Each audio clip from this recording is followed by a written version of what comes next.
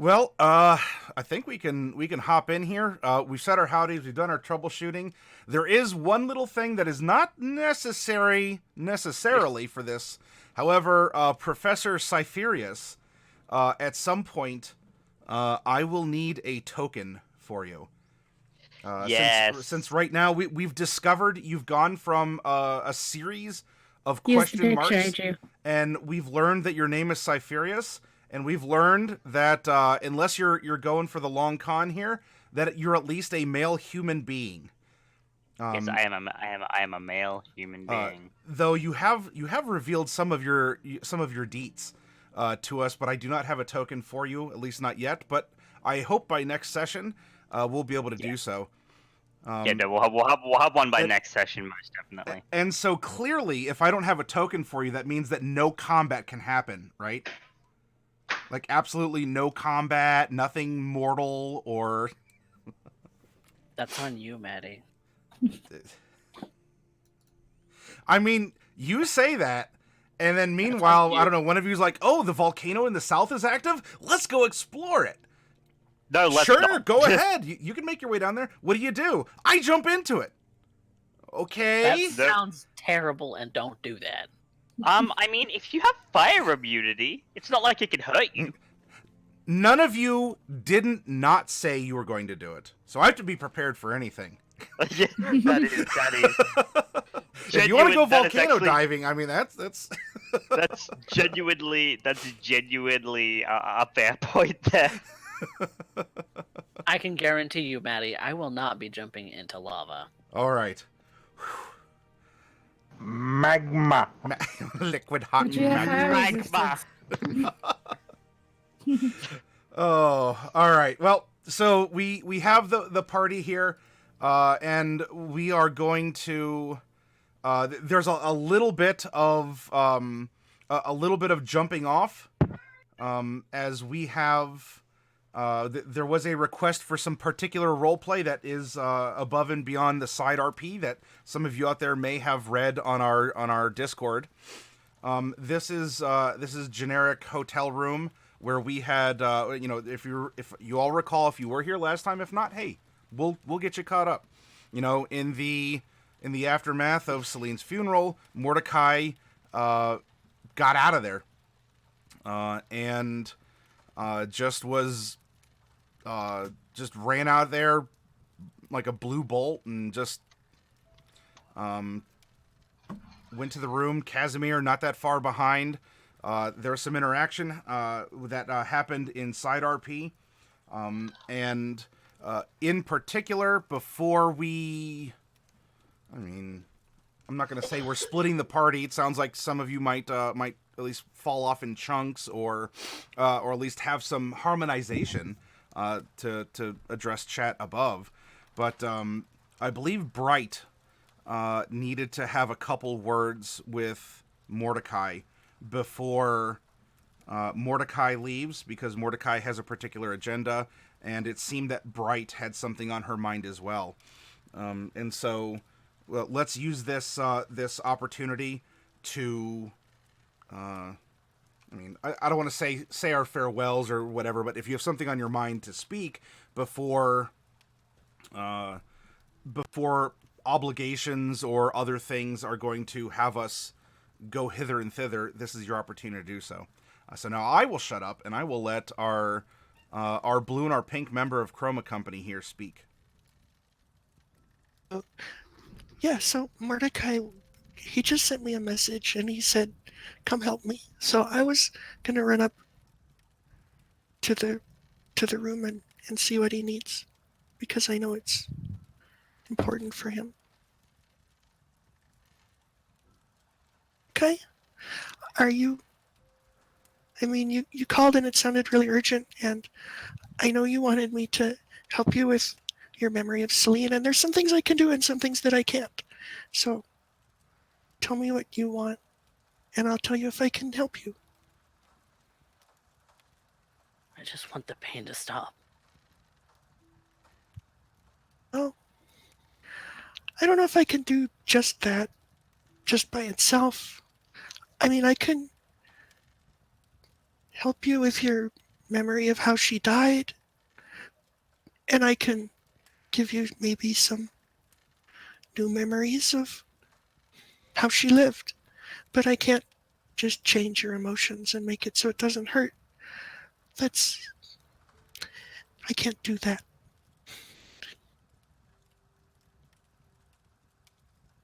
I don't know what I would change. I don't.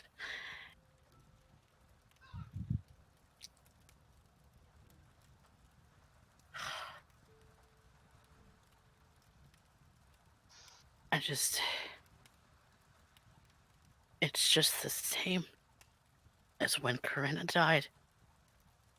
And I can't handle it. Well, I still don't really know what happened when Corinna died. Do you want to tell me? She was a lot like you. She Taller. human. Okay.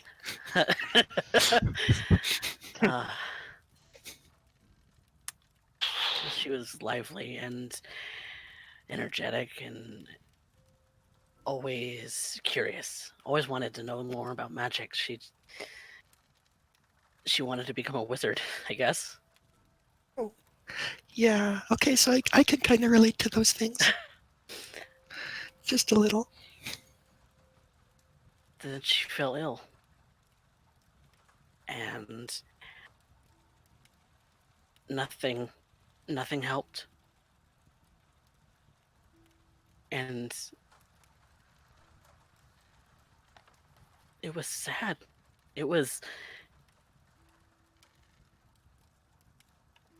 hard to watch her wither away.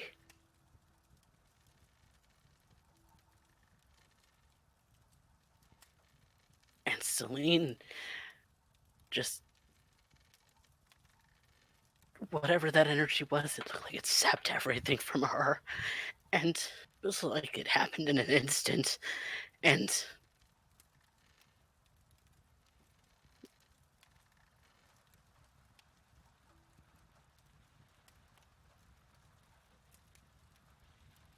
that's twice now. I have bad luck. So, thinking about leaving. So, did Celine look like Corinna? I mean, I didn't see it up close. I was on the other side of that pillar. I was farther away. I didn't get as good of a look as you did. It was a lot like that. Corinna withered away and just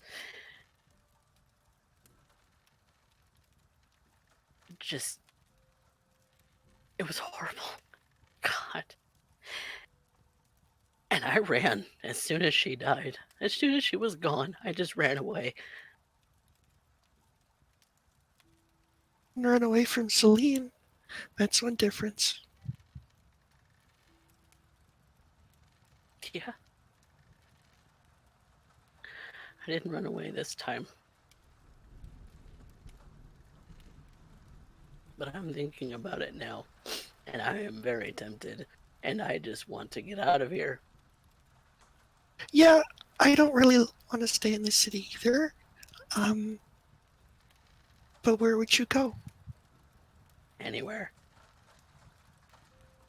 Not here. Not Mesomaska.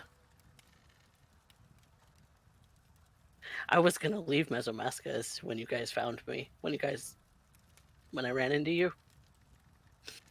I was going to the Mask of Flowers to hop on a boat to leave. You know where you were gonna go? No. Anywhere but here. Okay. I could help you narrow that down. There's a place that I'd like to go. Like where? Well, I wanted to go to Fallfire. You ever been? Never. I passed through it, but I didn't stay. It wasn't like a tour. It was just a stopover because it's on the way from it. And I want to go back. I think it has answers to some of our questions. Looking through some of Celine's notes, it does. We've speculated about that crater. Yeah. Couldn't hurt anything, right? Do you have her give you ashes? I may have to go back for them. I may have left. I just kind of zipped out of there. I don't. Well, I mean, I don't see them right now, but that's probably good because if you went too fast, you might spill them. You don't want to do that. No. No, I have an idea of what I want to do with them. I want to take her home. Do that. She's from the Definitely do dragon that. graveyard, right? That's where she's at. That's right. Yeah. You'd be okay with that too. I feel like we should.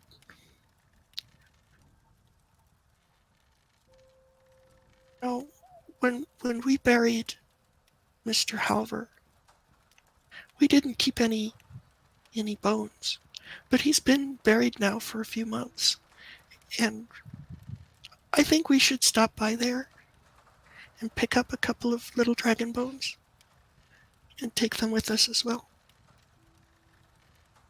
And Okay.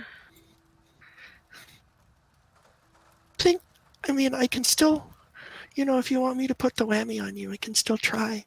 But maybe doing these things to honor Celine so that it feels different from you, feels different from what happened to Corinna. That could help a lot. Because I think those similarities, they're just so superficial. Corinna died from a disease and there was nothing you could have done. And Celine died, she died as she lived, I guess, is what I would say. Doesn't seem like that's what happened to Corinna. It seems like she changed a lot when she died, and Celine really didn't. So, and you're here for Celine. You're doing the things that you have to do to honor her. So, it doesn't really seem that similar to me. I think it could be better. Yeah. I want it to be different. Okay.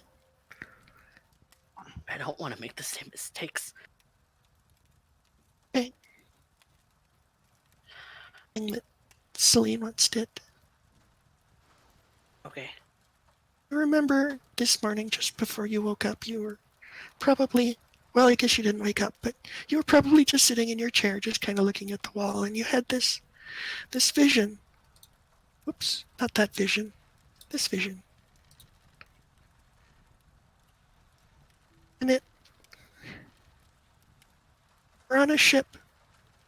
You're on a ship and you're there just looking from a small perspective somehow, and you see a woman who you've never seen before, just from behind at first. And there are all these people, some of them wealthy, some of them poor, and they're all standing around, and there's this one girl, probably a half-elf by the looks of her.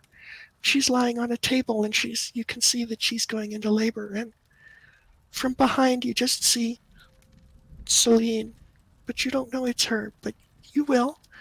She springs into action, and she helps deliver that baby, and from under the table maybe a little gnome helping clean her surgical tools. But Celine, she took charge of that, and she brought that life into the world. And I know that we all think about Celine as being someone who really focused a lot on death, but it wasn't just death with her, not always. She could do other things too when she wanted. Now you can see that the way I saw it.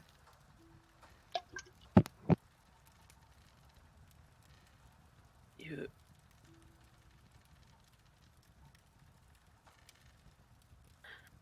Okay. I know I wasn't there, but no, it I know, it's like you were. feels like I was. Yeah, I learned the gnomish mind meld. It's pretty fun. Mordecai, with as worldly as you are as well, you can identify even the ship that this is on, because it is such an old ship that has sailed this area for a very, very long time. It is Lellywellin's Gamble, or sometimes called But Lellywellin's Folly, and it is a floating relic of the sea here. It's a it's a known vessel. It's the poor can still ride on it. It's not super rich or super exclusive. It's just it is a nicer antique workhorse ship that's just been making the rounds for hundreds of years. Wow. You came in on the Leslie Wellens gamble? I mean, lots of people ride that ship. I thought it would be one of the most fun ships to ride on. That's why I took it. It's special. It has a lot of history. The captain is a funny man. He's got horns like yours with hinges. It's fun. But I mean, I didn't expect to meet so many people there. That's where we met Celine and also Jade and Raphael and Tibba. Tibba there too, and his father. It was kind of a fateful ship. I'd like to see it again. I'm almost sad I missed it. Let's. Also, we got attacked by slime creatures. That was fun. Oh, yeah? Okay. Well, slime Left that creatures out. I left that out of the memory. Yeah, Celine always was headstrong. I guess to a fault. Okay, so why don't we go back, pick up those ashes, and then we can maybe head out of here to the north, and maybe we can book a ship, take us to... Sounds, yeah. And am I going to be able to ride a ship? That's a good question. I hadn't thought about that. Because I know that there's a teleportation circle that I could use that Symphonics used in Greenshield. Do that too. I didn't copy that one down, but that leads to the Dragon Graveyard. You have one in Fallfire? No, I would have to learn one. Maybe the professor knows that. Maybe. We can find out. Okay. But yeah, I guess I gotta unpack my things or something.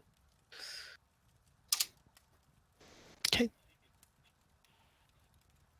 But yeah, let's go get her things. And I was instructed by Celine to give the Sunblade to Stillwaters. So he needs it more than we do. I guess I'll put on my wicker bottom.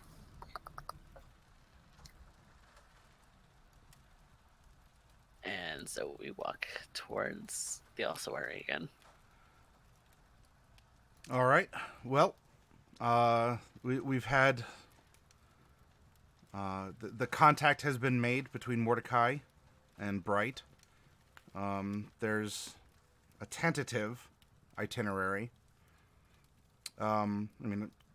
Casimir, from what I understand, you're going to be along for the ride in most instances anyway.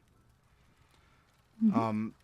What I would like to do is go over to the professor. Actually, before the professor, if there's any sort of staging or prep for Stillwaters, in the face of, Mordecai wants to leave to go bury Celine's ashes or to spread them. There's going to be some travel. This is very important. If you say, "Well, I'll come with you," or "I'm going to stay behind and do this," or this is a time to get the "I'll be around," or "I'm generally going to do this in case we need to," communicate or something. And so, Stillwaters, this is a prompt in this kind of nebulous time between where we had ended the last session and where we're going to be going with this one.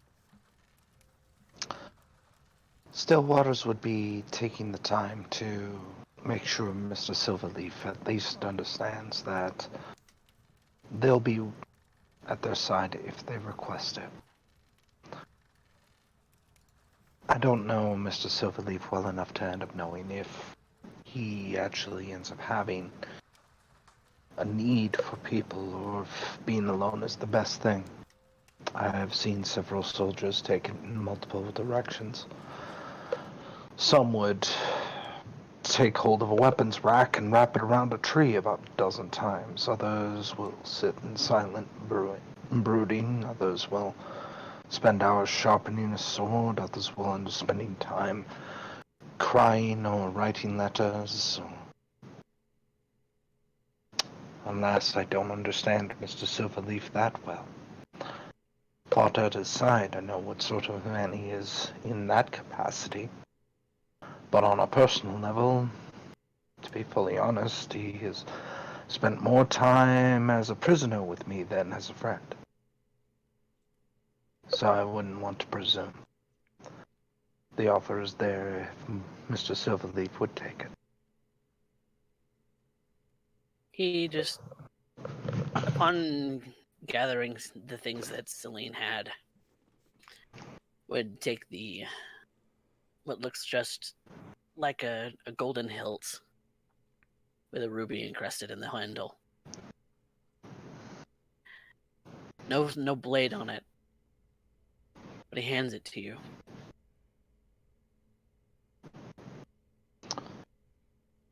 This was hers. A valuable keepsake. She wanted you to have it. Why? Because you were a better person than her.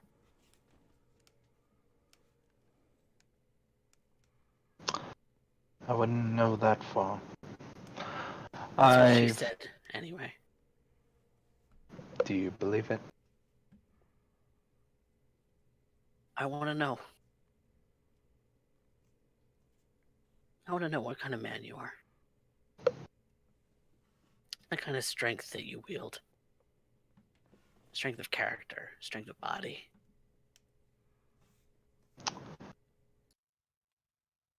I'm still questioning on whether that's even applicable at this current point, Mr. Silverleaf. You still hammered the shit out of a dragon. A fable that everybody would simply pass off as such, regardless of the truth of the statement. Still a tall tale. People love tall tales. Perhaps. I've never been good at telling them. It's kind of my specialty. So I'm told. After the funeral, what would you do? I don't know that I want to stay on the island. Where would you go? Brett suggested we go to Fallfire. There's a crater there that may or may not be linked to Jade's patron, Shonaruth. You can see Stillwaters lowers their head when you say that. Looking at the Sunblade.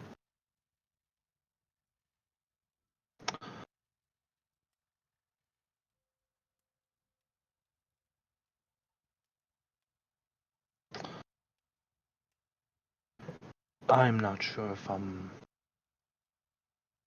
the right man for the job. But I can't stay Perfect here. person for the job. And how do you figure? You were the one that Jade was protecting.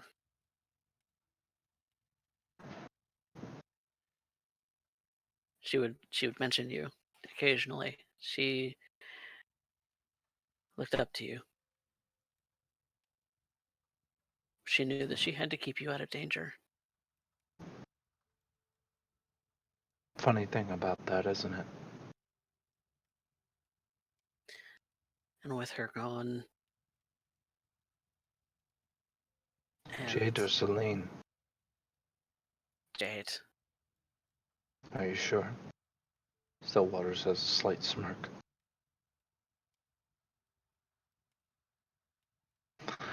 Has the exact same tone, doesn't it?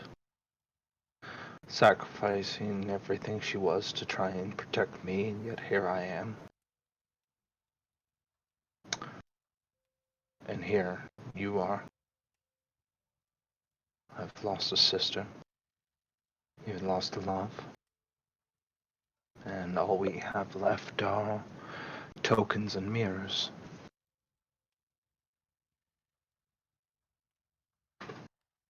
I'm not good at this sort of thing, Mr. Silverleaf, so you'll have to pardon me. I'm not a cleric of Ouija's, and I am not a individual who held to a strong faith one way or another. me I've always neither. been a man with a job to do. I've always been a man running away. So, Mr. Silverleaf, if you are going, and if you choose to run, I will not fault you with that. He places the blade back in Silverleaf's hand. But if you were to run, I would feel a bit more comfortable knowing she's still protecting you in some way. I'm Don't- terrible with a sword. Don't So, make the decision yet. Many clusterfucks can be avoided when situations are not being chosen on emotion. Hand that to me when you've made the decision that I would need it. you need it. Because What I you're needed. coming with me. What I needed was something else entirely. And it's not with me. She's not with me anymore. When the decision has been made. After the funeral. Then you come see me. Do you understand, Mr. Silverleaf? All right. Now, if you excuse me, I have letters to write and guests to entertain. When you're ready for the funeral, if you wish for me to be there, I simply do. say the word. Then I will make time. All right.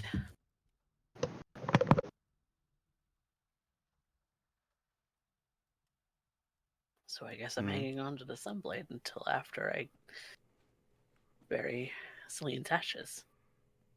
All right.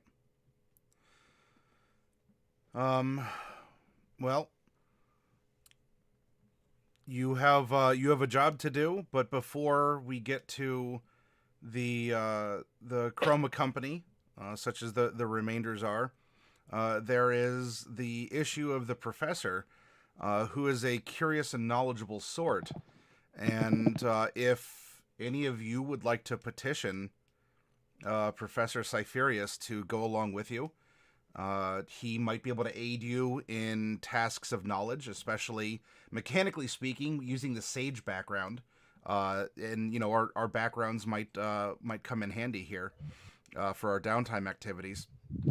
But we do have a sage who can find knowledge, someone who does have, wealth through the institution that he serves, as long as it can be contributed to a research project of some kind. But you have a friendly, or at least a neutral free agent here, who seems to be invested in the things that you all are doing, both with his mind and with the resources at his command. Would any of you like to ask the professor to stay with you, to go with you, or, depending on if there's going to be a further fracture of things, like, we'll come with us until here and then go and do something else?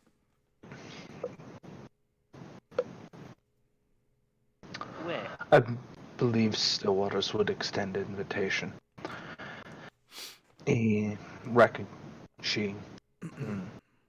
Still get wrapping my head around that. Would end up extending an invitation to the professor, because ultimately we need a specialist. We need a specialist who understands the situation that we have been lacking. We need somebody who has a natural curiosity to go further. At this point, it's more motivation than anything else. Okay.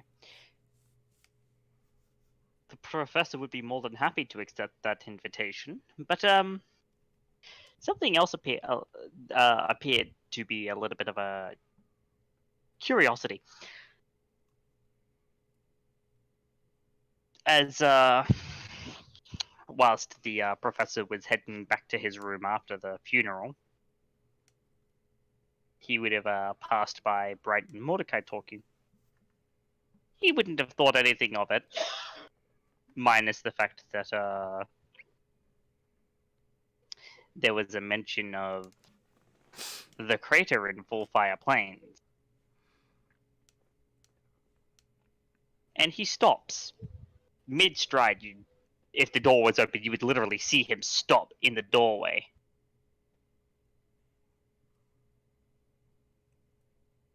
He would turn.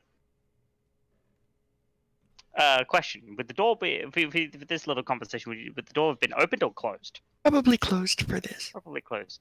So, on the mention of Fullfire, he's gonna go up and knock on the door.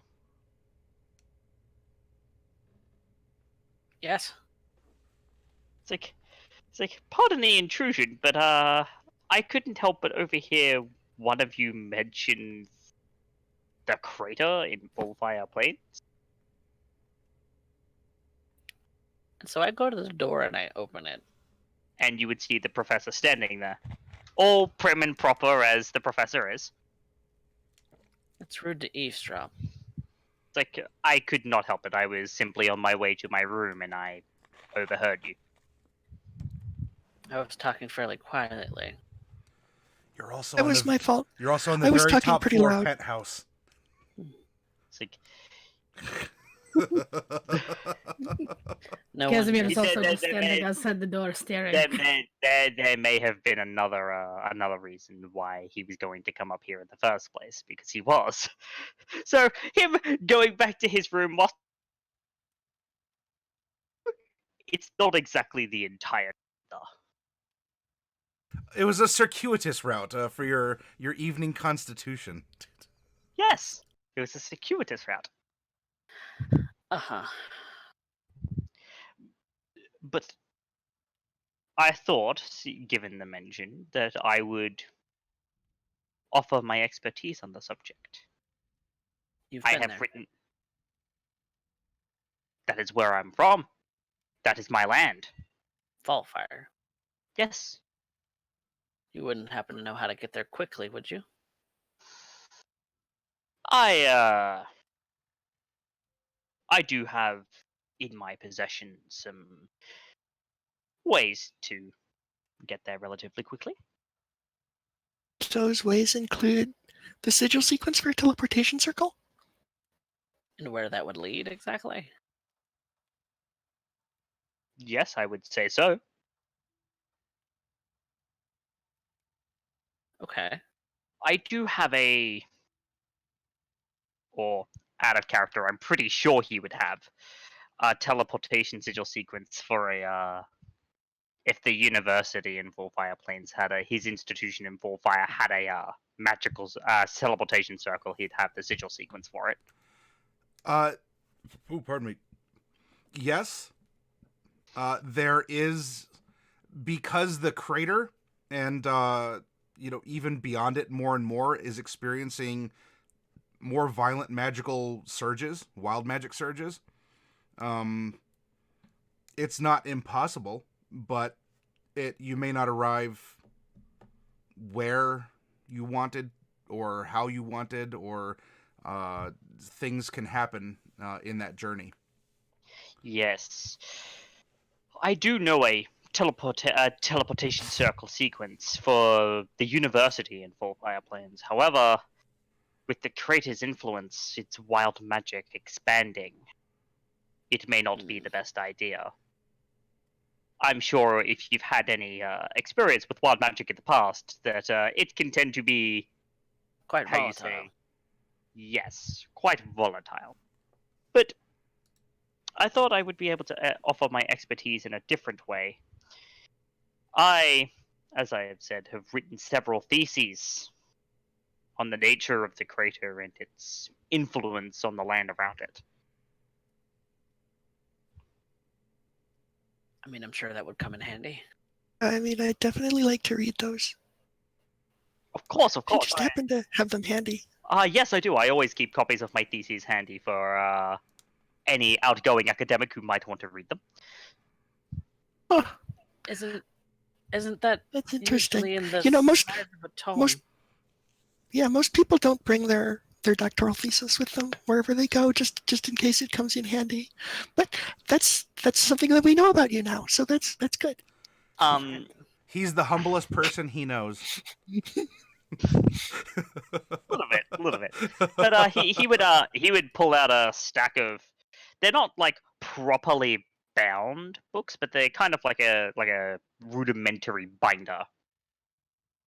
And he pulls out about 5 or 6 of these, and he would the stack is probably about that high because they're not But a particularly veritable big. library on your person. It's like, what can I say? Knowledge is power, and it's always good to go back over one's notes, piece together, make connections where you haven't before. You've also been here for a while, Professor, so you've also written a lot of notes and Yes. other things that you've just accumulated here.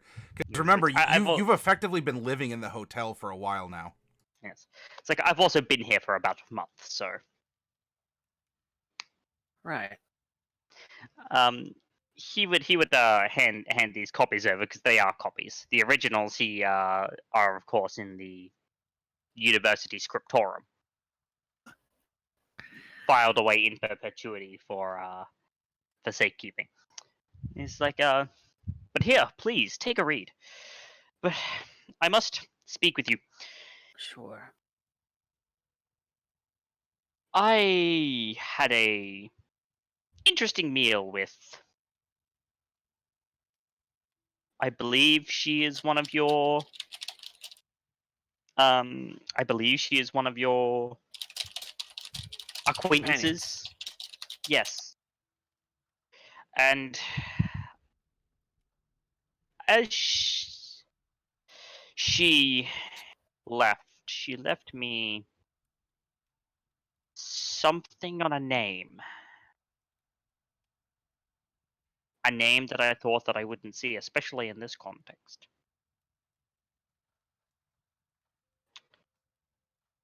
And what name would that be? What do you know of Shonruth? Okay, that's a name that's interesting.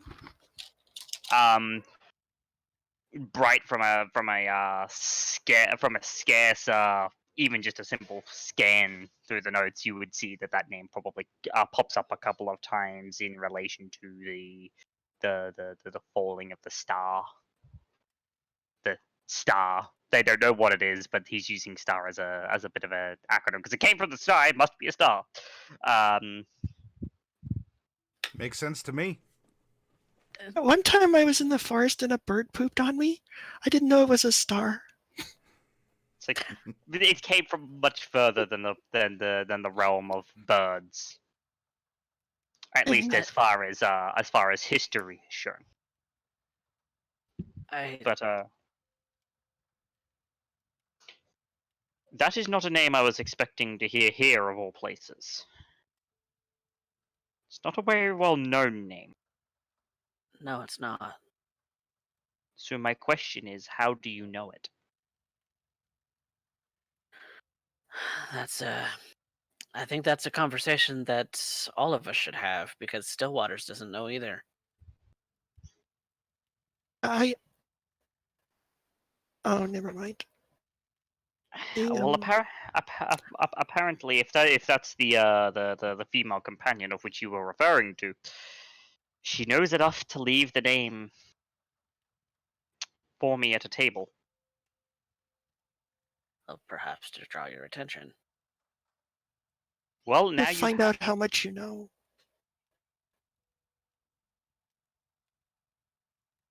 How much do you know? as far as I am aware, Shonaruth is the name given to the thing that fell from the sky in Volfire Plains, the thing that caused the crater, the thing that caused these unpredictable surges of magic in the area. Celine speculated on that.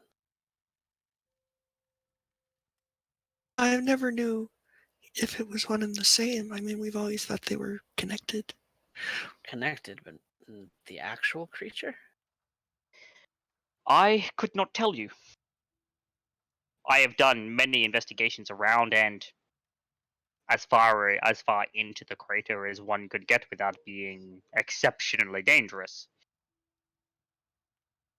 Well, I think that we should go back to the ossuary and pick up the others. They're gonna want to know all of this, especially if they're gonna come with us. Well, I believe I saw one of your other companion, the male, the wood elf, the Aslandian, outside the door. Is sand elf. Ah, my apologies, Sand elf. So, also, if anyone else is lurking out there, you can go ahead and come on in right now. This is the least private conversation I've ever had. Quite. I do I feel a bit weird about that. I do apologize, but just note that all I heard was things concerning full of fire in the crater. Anything else that you were talking about, I did not hear.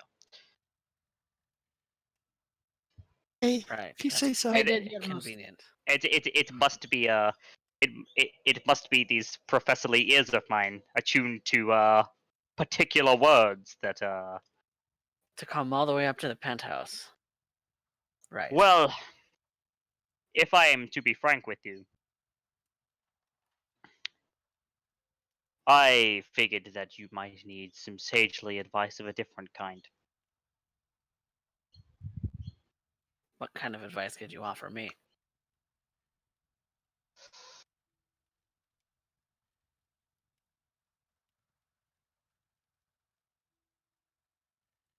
A truth that you would most likely find quite unpleasant.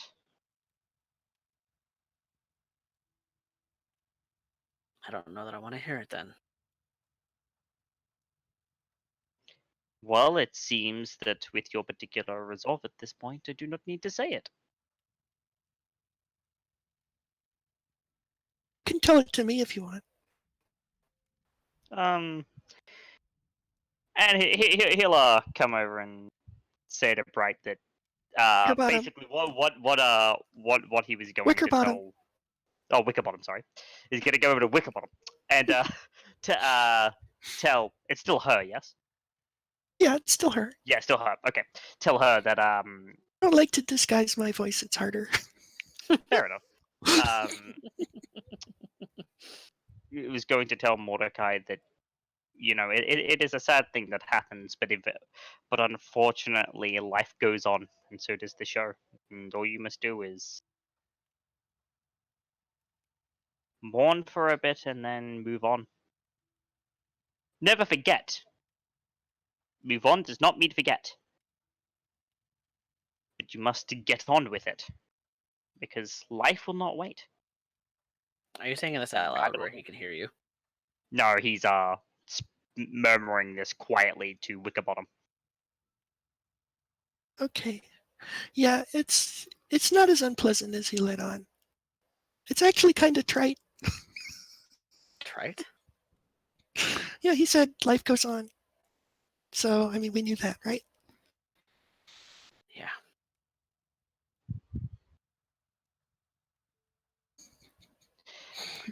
Life goes on. The Existence continues. point With or that without us. the point that I would make is grieve, but do not let that grief overtake you. Because when your mind is so clouded by negativity, it leads one to do thoughtless things. One would even say stupid things. And you seem like a good young man, and I would not like you to go down a path of self-destruction.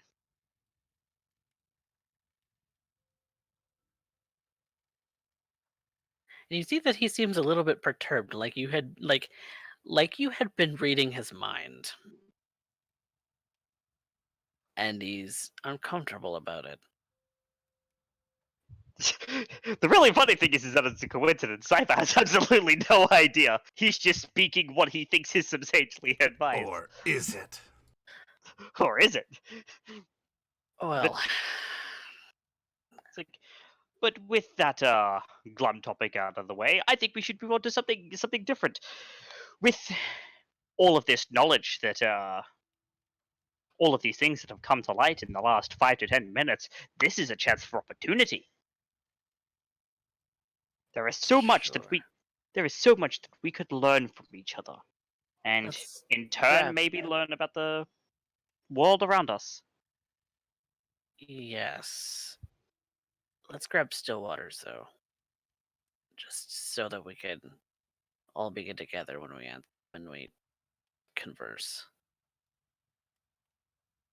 That way, all of this just we don't have to say more than once.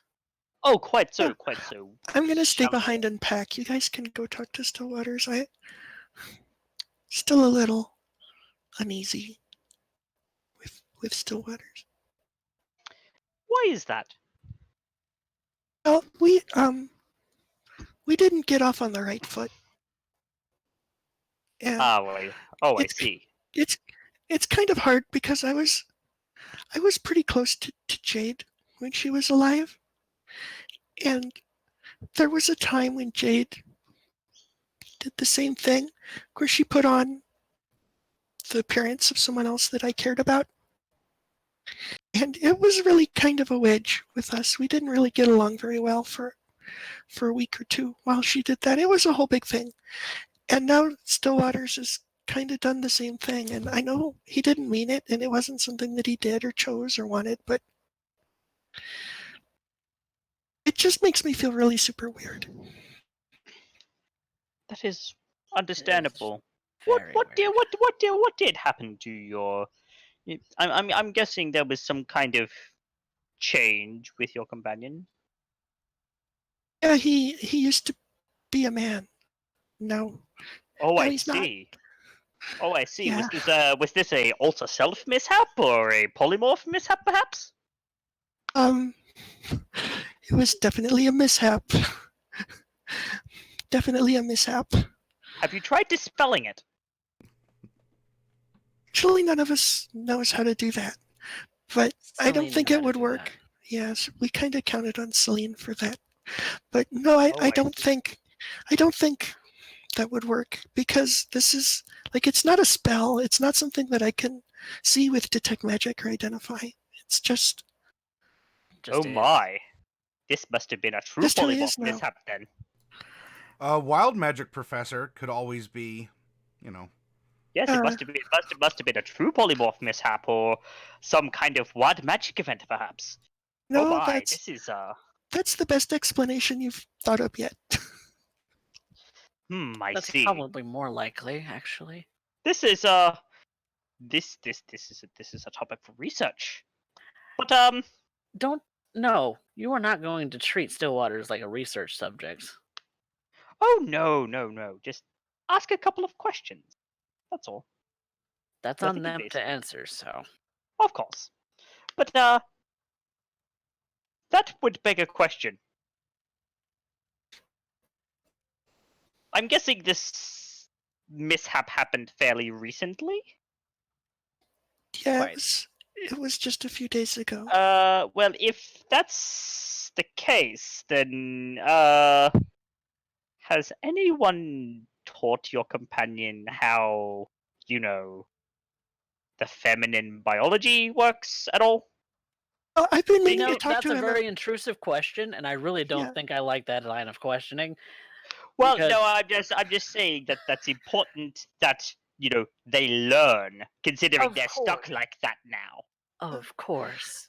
I But mean, that's for them to figure out, not any of us. I was going to no, talk to her about that time of the year and all the things that happen. Time of the year?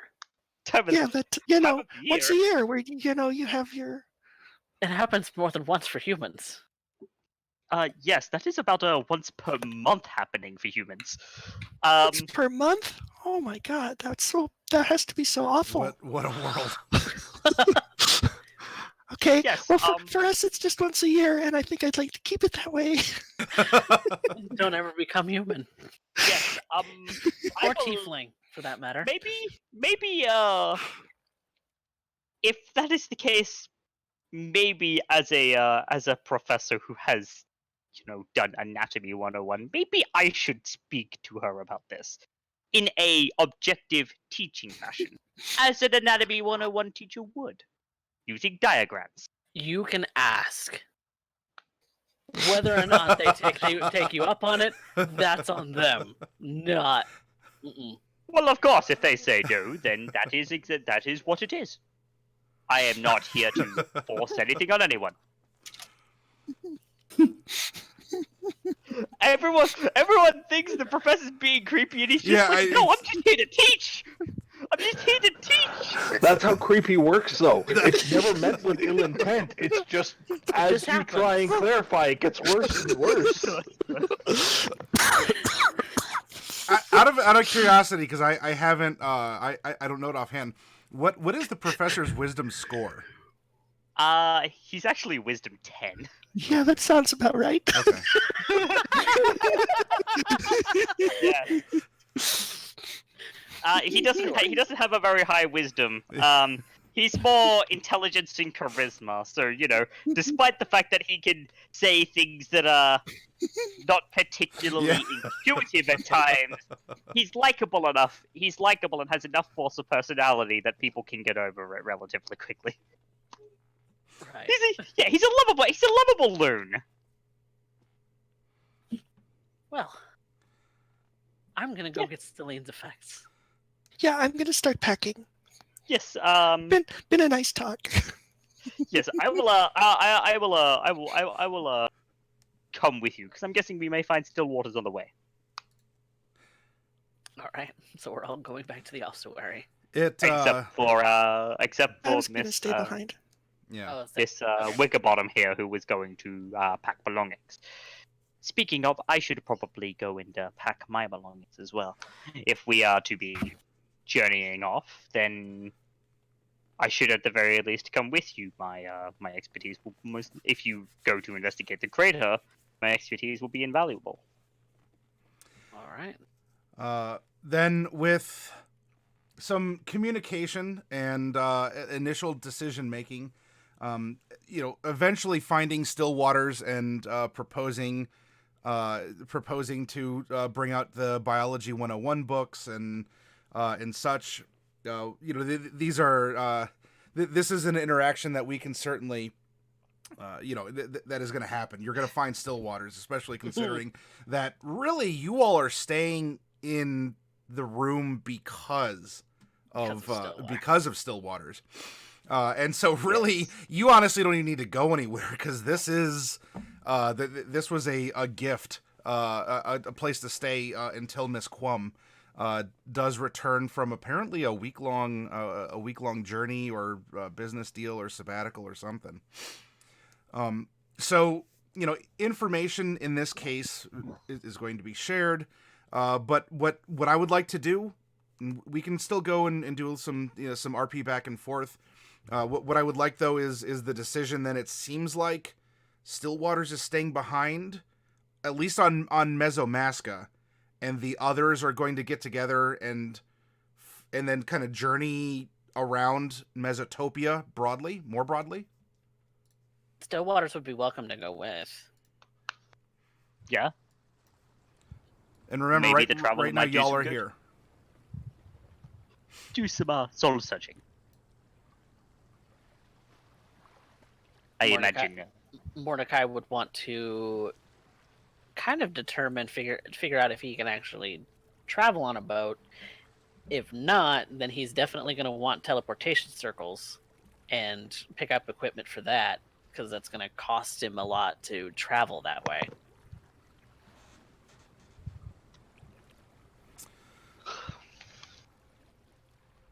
Well, you had kind of a lesson on the airship, and as well, you were in the water. You were dunked in the ocean water before. In fact, you had to, in order to save Casimir from the sea anemone that was out at sea in the wreckage of the original wild cherry, apparently. That it had an incident with some sort of fantastic sea creature, and the man-o'-wars that were accompanying it. So it's not going to nuke you. I mean, you're not gonna you're not gonna dissolve instantly.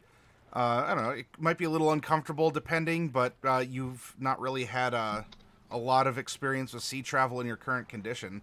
Certainly, running freshwater does seem to. Running freshwater, or kind of freshwater in general. And we weren't counting the stuff in the Fey Cave, because that is presumably water. If so, then it might be special or different in some fashion that it wasn't affecting you. Okay. Well, I only have... It seems that the ocean's not going to be a problem. So, I could save money and not actually purchase any more chalks and things that I need for teleportation circle. So I have one use left over for an emergency case. Always good. Wait, who are you talking to? Everybody.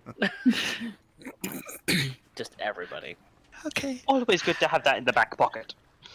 So, I mean, maybe we could just teleport out there, but maybe, I mean, we probably don't want to teleport all the way directly to Fallfire. It's probably not safe. So, boys, somewhere around here, there's a map of the whole continent. Yeah. Maybe we had that. You will. If only. Do we know if there's a port town on the Dragon Graveyard Island? If only it had Yes. been pinned somewhere. It hasn't? I know No. I have a slide for it, but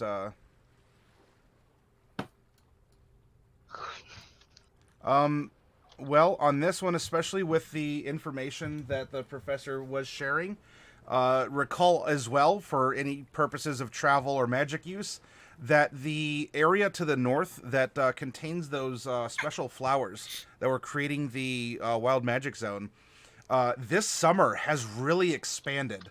Actually, the base expansion should be even further than what the little colorful streaks are.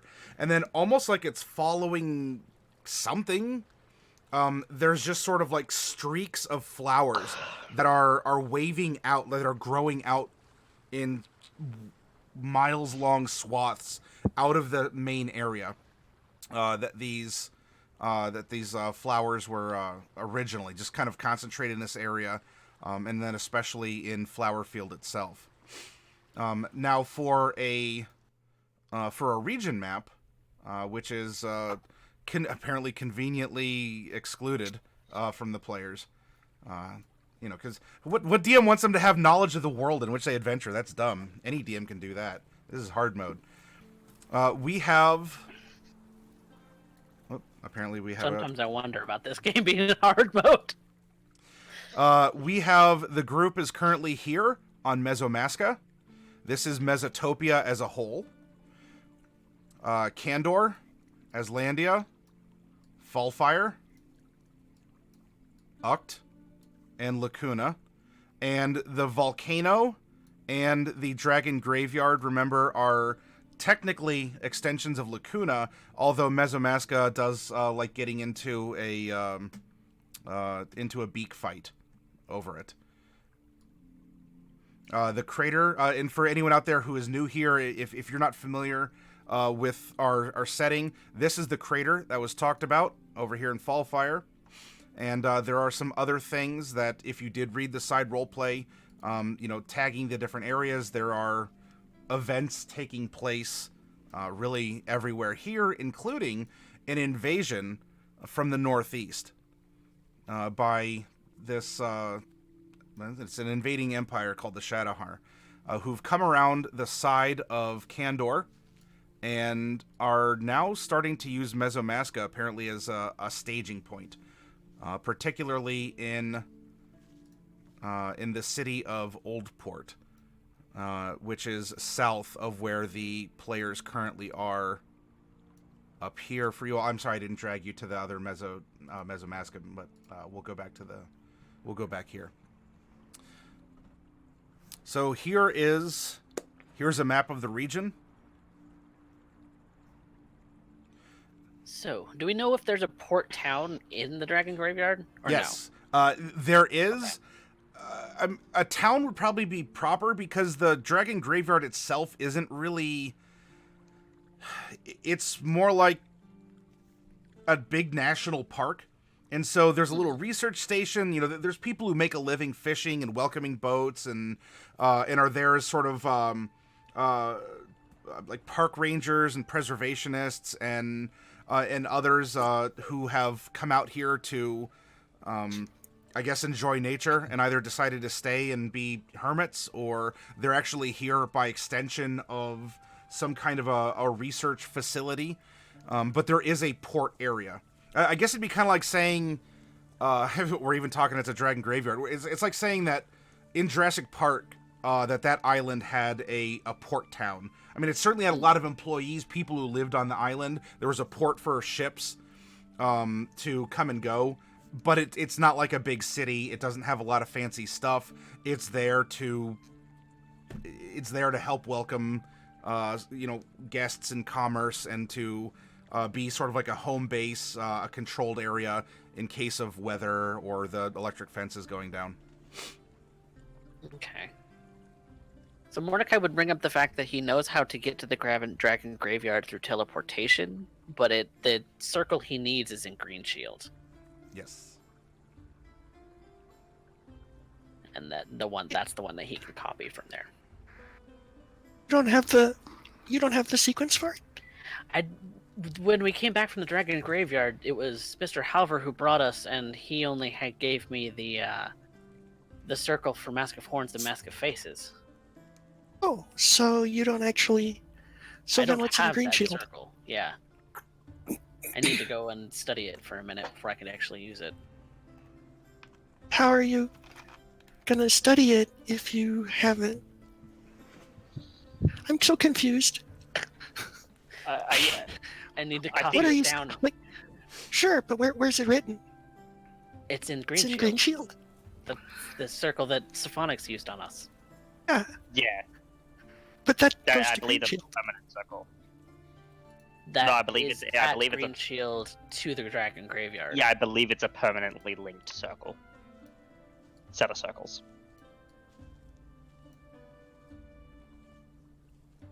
Yeah, I'm still confused, but okay. We'd have to go to Greenshield to get it. Yeah, you'd have to go to Greenshield to get the The circle. That- to that's the basically- graveyard. Yeah. yeah, to get we could use that circle to get into the graveyard, but we also need that sigil sequence to get back. If you wanted to go back. Well, we don't want to go back, right? We're gonna get on a ship. So Or we can go by ship. yeah, or we could just travel and go by ship. You want to go by ship, Mordecai? You wanna be sick for the next? No, I couple mean, weeks? I was thinking we would go because we don't want to teleport into Fullfire because it's No. not safe. No, So no. I was thinking we could just teleport to the Dragon Graveyard, Right. and the so I have sequence to for go the to Dragon Greenshield, Graveyard. circle for it to go to the graveyard. Okay. I know. 'Cause At it's least I dead. know people in Greenshield. Yeah, there's that family that makes authentic gnomish food. You could have some. If we go to Greenshield, we should take Stillwaters with us then. Mm. Yes. He will. If Stillwaters wants to go to Greenshield, and I would bring it up to Stillwaters because we're all part of a group. We're all together now. Yes. We're not separate. We're discussing this. You'd probably find that there's a degree of hesitation. A personal matter. Depending on how many nights, probably hundreds of pieces of crumpled up parchment on the floor. You've been busy.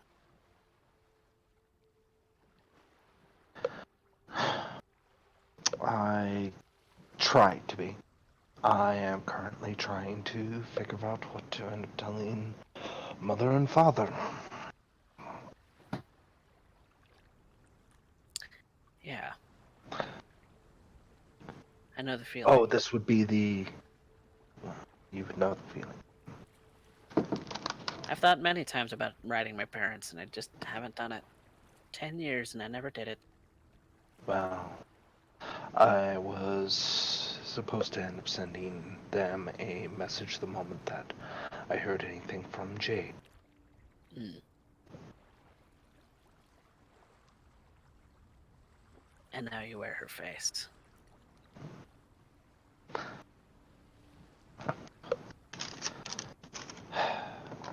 I can understand why that would be weird.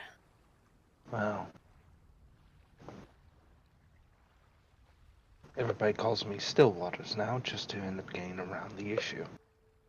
What do you want to be called? What do I want to be called? Thus far, I don't think there's a single name that suits me. Though that does end up raising some interesting questions now, doesn't it? Especially on what was said in the cave.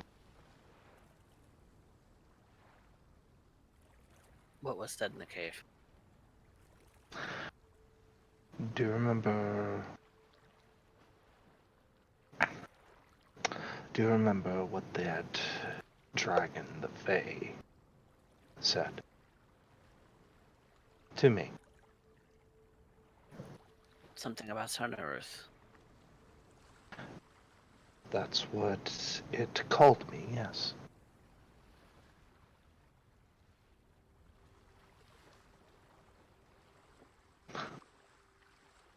That thing is...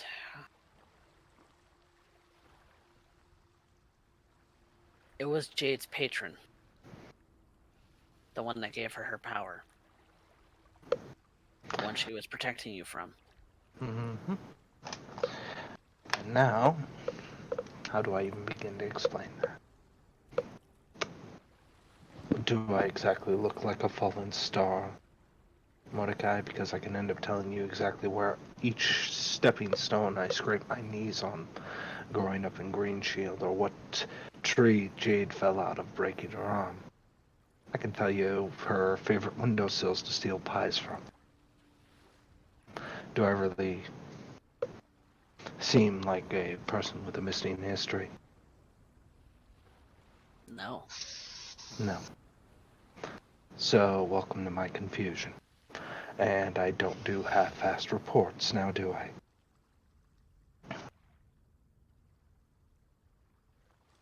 Just saying, hey, I haven't heard anything yet.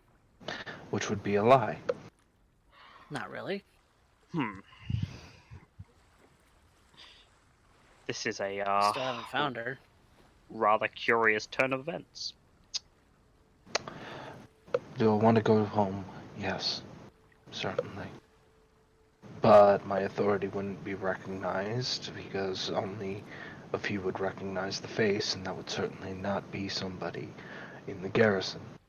So I've lost my job, I've lost my position, I've lost my face. Seems to be I've even lost my name. I've very little tying me down outside of promises, and I keep my promises, Mr. Silverleaf.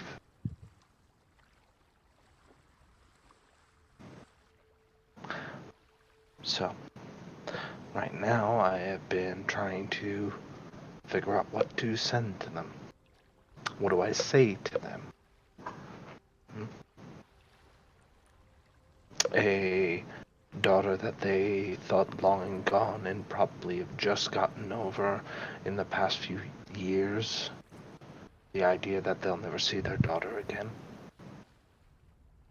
Some vain hope that their son would come home.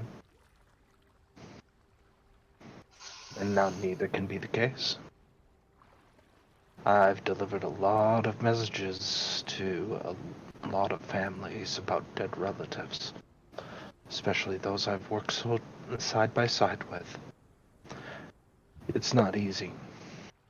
I think it's infinitely more complicated when it's your own flesh and blood you have to give the news of yourself to. Whatever that may be.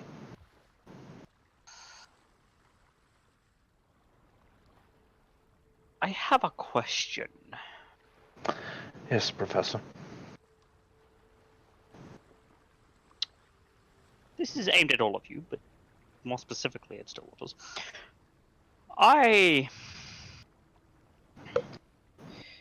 You mentioned that something called you Shonaruth.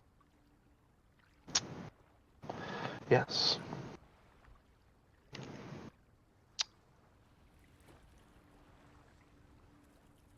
This may be hazarding a guess, but given what I know of the name and what it means...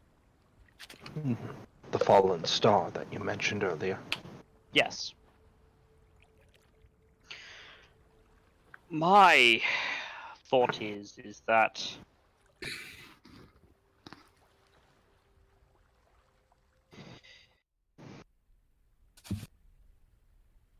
if one was a you said that this girl Jade had Shonaruth as a patron, as if they were That's separate. what they said. I Well, have that not is- seen it. Well, that is aimed at them. She seemed to draw arcane magic from somewhere, and she called whatever was compelling her to do its bidding. That's what she called it, Shonaruth. I see. So I Stillwaters, assumed that it granted her her power, so... Well, Stillwaters, let's assume for a second that what they're saying is true. You have no way to know one way or the other, but let's for a moment toy with the notion that what they are saying is correct. Do you think it could be that when whatever said this to you, instead of attempting to talk to you per se, maybe they were attempting to use you as a conduit to talk to something else? Because, as you very clearly stated, no, you do not look like a fallen star. You did not come from the sky, or at least I would hope so. But much like someone goes to a priest to talk to the gods. You could make that kind of comparison, yes. Then the wording wouldn't have made much sense, Professor. We all heard it. Did that sound like someone reaching out to something that wasn't in the room? Did that sound like something that was... You'll have to pardon me, Professor. I tend to pride myself on rationality, but alas, rationality cannot be found in anything that has gone on in the past month. Nevertheless,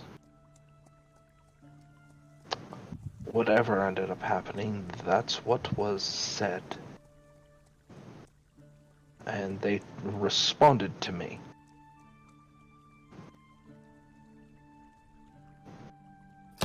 Again, as Sean the Roth. If one were to...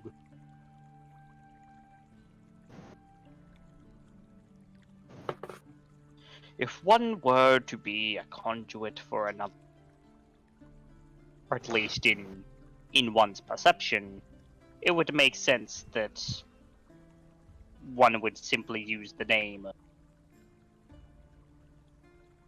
whatever the other being is known as, rather than the name of the conduit itself. I know I have heard recall of members of certain religions being approached by different being called by the name of their deity. Then I by have their never own. ended up seeing a that was such, and I would imagine such things would be taken as sacrilege.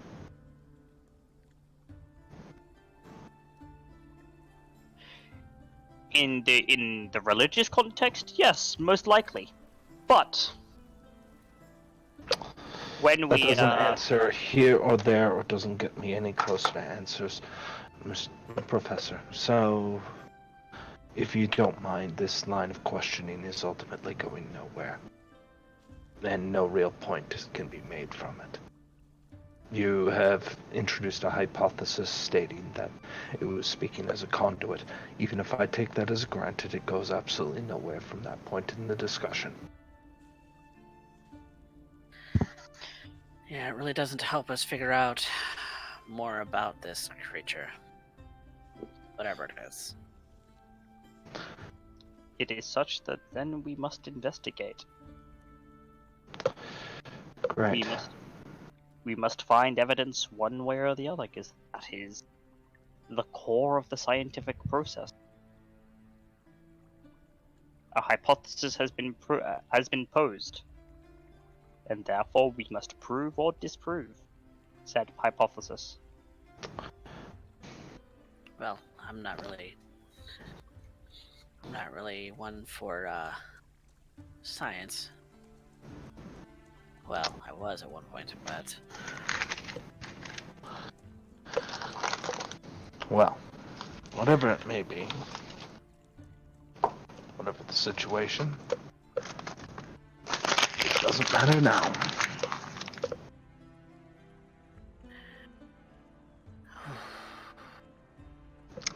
If that's where you're going, then I'll go. I know the terrain. I can point you where you need to be. This is going to be awkward. This is going to be very, very awkward. But if it's what you wish, I will entertain. I would you say don't have to do anything that you don't want to.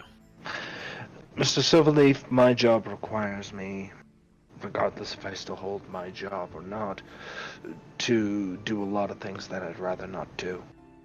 Honestly, I would rather spend most of my time in a tavern, drinking mead, eating fowl, and hearing a lot of very debased humor. I would love to end up going and spending time with my family, being able to end up cooking and enjoying the open flame grilling of fish or mushrooms. I would love to end up having God, the I ability miss to end up mushrooms. having I would love the ability to end up having children one day. None of those options are on the table for me. And none of them are going to change. So what I want and what needs to be done are two drastically different things. And I adhere to what needs to be done. You can see Cypher's thinking of something, and he's thinking of whether if he should say it or not, but he thinks better.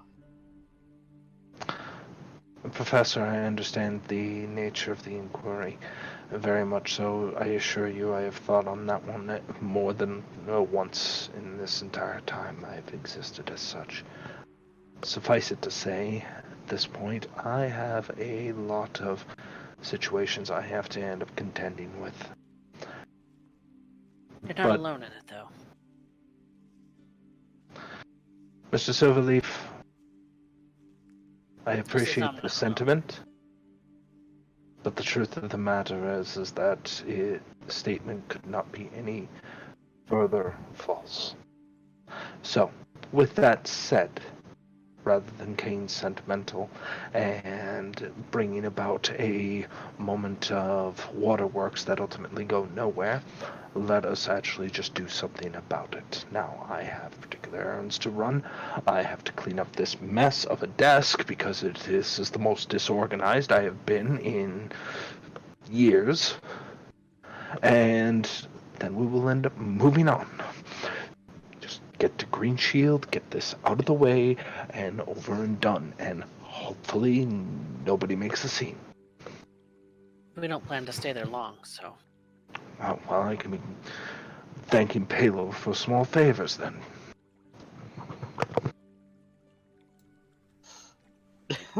Then, with this plan, Stillwaters is leaving to.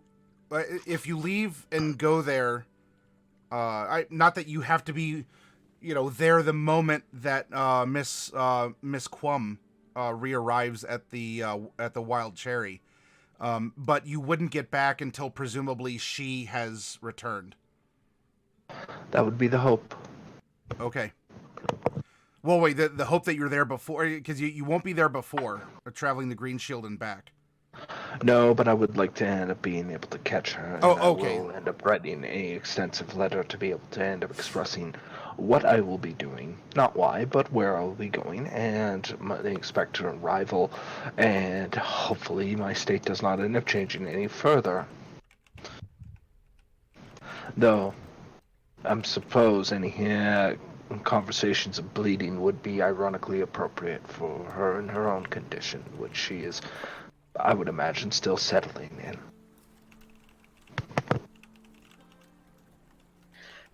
Cypher's gonna leave a book behind as he leaves. Not even saying anything, he's just gonna leave it behind at the desk as he leaves.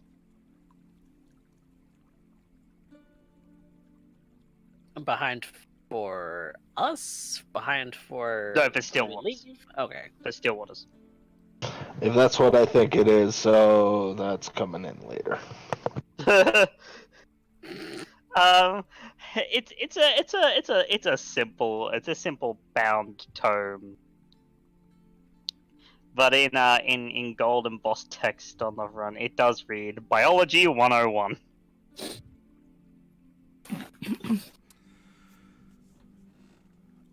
All right. So I'm not sorry.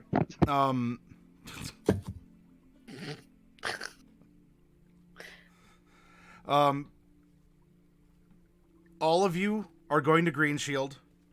From Greenshield, Mordecai, you want to study the pattern of the circle that Yes. Siphonix showed you? Yes. Okay. And then from there? The Dragon Graveyard. But I do need to pick up more chalks for teleportation circles if I'm going to use it more than once. I need at least one more use. So I need to sell something in order to be able to do that. Because I don't have enough money on my person. I believe you have some objet d'art that you can flip. I have 7 items worth 250 gold each to flip. And I'm also flipping Celine's armor and shield. Okay.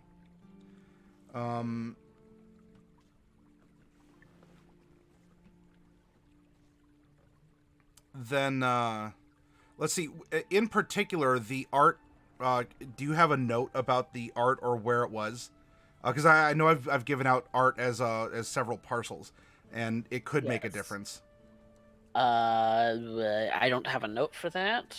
I just have that it was that they're each worth 250 gold. I think the last place that we got stuff like that from was DJ. But Okay. DJ But gave us pieces that were part of a set. Like he gave us those crowns that The all had the crowns. same. Mhm. that And then was we all lost on one of them, but Grayson. oh no. Yeah. But Yeah, those Yeah, were on Grayson Grayson. had These are everything. something different. Weren't they from I think they were Mr. Halver? Halver's. Yeah, I think Mr. Yeah, Halver Mr. had given them Halver's to stuff. us. I have them on my person. Okay. They were things that I intended to sell a while back, and we got cooked up in all of this Fae stuff. So I intend to sell them. Intend to get 50 gold worth of chalks for teleportation circle for at least one more use. All right. Then what we'll do is, Mordecai, you are welcome to roll a persuasion in the flipping of things in order to try and maximize.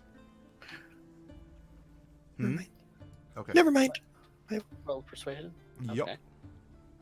All right, that's a +8. Let's see what happens here. Hey, that's a 20. Okay. You'll be able to get the full value of the quoted 250. Perfect. Then I will go ahead and make sure to note that in our party funds. 1,750 gold, y'all. Plus the 24 that's already in my pocket, so.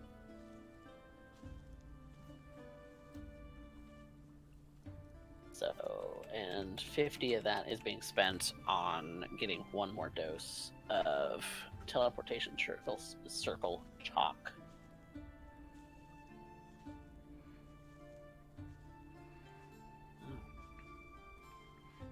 If you are selling Celine's armor, it was the armor and Okay. shield. Yes. I will make the consideration that while it is used gear, and honestly it wasn't even like super elite stuff even at that time. However, due to Celine's unique circumstances, the ossuary will give you the market price for those items as a sale price. Because normally it'd be like you buy something for 100, but they'll you could sell it for half, kind of a thing. They will give you the cost of those items mechanically out of the player's handbook. But as you bring this in and you say, well, Celine doesn't obviously have a need for these, they express an interest, and so they are paying above market to have these items of hers in their possession. And what does scale mail go for? That so happens I have my player's handbook here, chapter 5, and I went a little back too far. Okay, it's page 145. Scale mail is There we 50 go. gold. Yep, there we go. All right. I was about to say.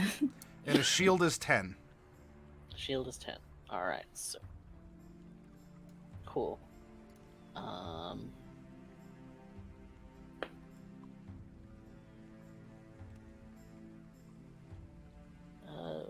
Okay.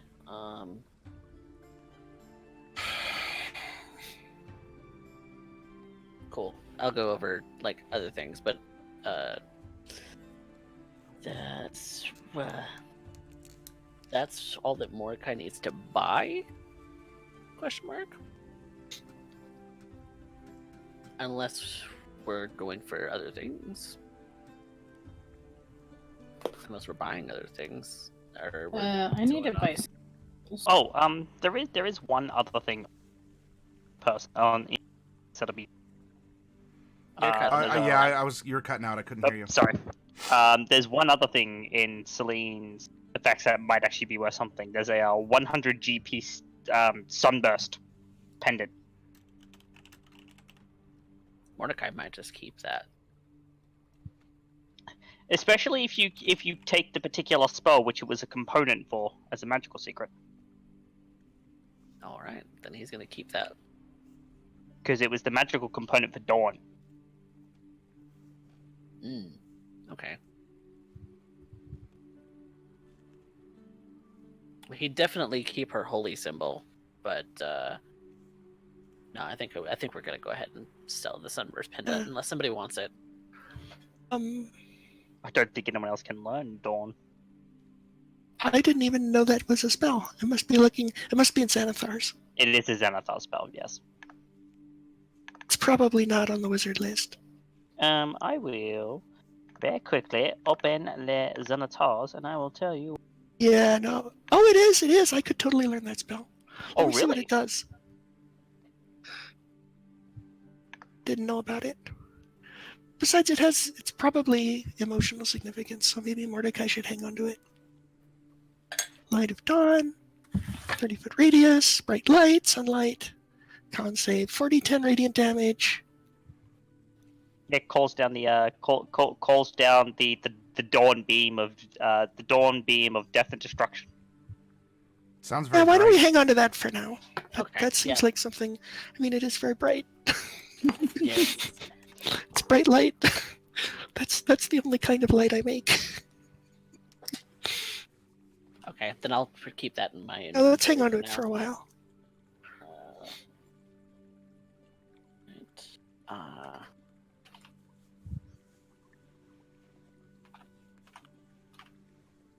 All right, got that noted in my inventory. Yep, no, I just Casimir thought. has 625 gold pieces, art pieces to sell. What else? So, sorry, what? If it helps.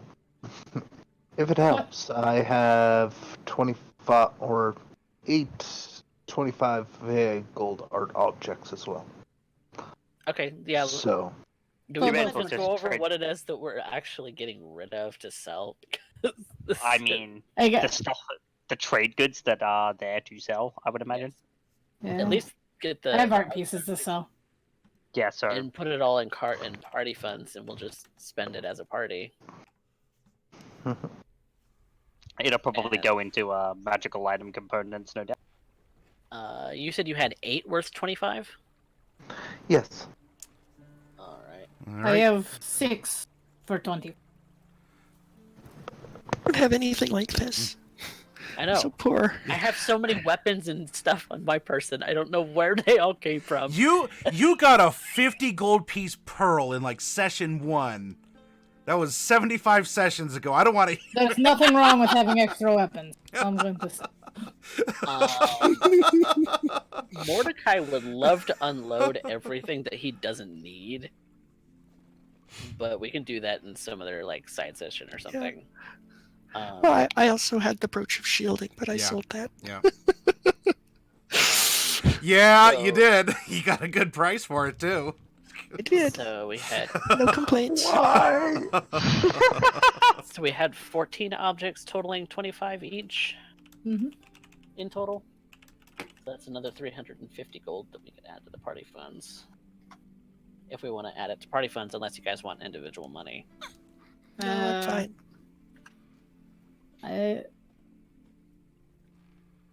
I just need to get smith's tools, and I want to work towards half plate, but Casimir would probably prefer to make that himself. From all Sweet. organic parts. Of course. Once we get to Greenshield, I'm gonna want to buy some authentic gnomish rations. I want food that tastes like home, like real food, not this crap I've been eating on Mesamaska for the past few months. Then getting to Greenshield, are you all are you hoofing it, or are you taking? You want to hire porters to take you? How do you want to reach there? I have horses. Yeah, Casimir can Casimir summon has horses, and I can summon Jasper. Well, you do have but you only have horses for 3 hours per day, right? I mean, it's faster than walking if you gallop on them, but Yeah, that's what we would use them for, though. It'd get part of the way. okay. So, spell slots on horses and then hoofing it. Well, with your own hooves, not your horse's hooves. Mm. Okay. And then Jasper the Jasper the Griffin. Yeah. Yep. All right then. You all are departing from. I guess we'll go into the. You all haven't left Mesomasca here, so you are going to be departing. Mordecai and I wanted to go north real quick and grab Grab some some of dragon Mr. Halber's bones. Sound a feasting horn. I was thinking we would be teleporting out of here, so I wasn't planning the route as efficiently. But yes, Mordecai and I don't know how far is that to go up there? Mordecai and I could make a quick side trip on Jasper, probably. Yeah. Probably. This, if you, especially with Jasper, you two could take the two other sides of the triangle while everyone takes the hypotenuse to Greenshield, and you'd You know be what? fine. Something else that we need to actually discuss over the side session. I have a robe of useful items on my person, and we haven't actually rolled for the patches on that yet. Oh yeah, we need the patches. So let's do that at some point. Do we want to do that during the break? Because one of those things include, like, some of the items on there are things that are. One of them is literally treasure. It's literally just a coffer of treasure. We can do that when we'll just move well past that for a second. But getting to Green, go to the Mr. Halver's grave, get his bones, and then make it back to Greenshield. All right. Between the two of you, I would like one of you to make a survival or nature. I'll accept either at advantage. As you arrive at the site, and you're finding that the site has been visited or the site has been dug through. If you want to get anything that might be left behind, you're going to have to maybe scrounge or... As I start poking around, all of a sudden, I was going to reach for something, but then I rewind and I end up reaching for something else, and I end up rolling a 21. Hey, on nature. funny how that works. You knew, like, you were digging around. In fact, you had a lot of experience digging on this beach. True. In fact, you're also the one who covered up here. So, Yeah, and I'm not going to be doing any digging with a shovel. It's all going to be with molder. yeah. The most useful cantrip ever. It's turning out to be. Who knew? Okay. Then.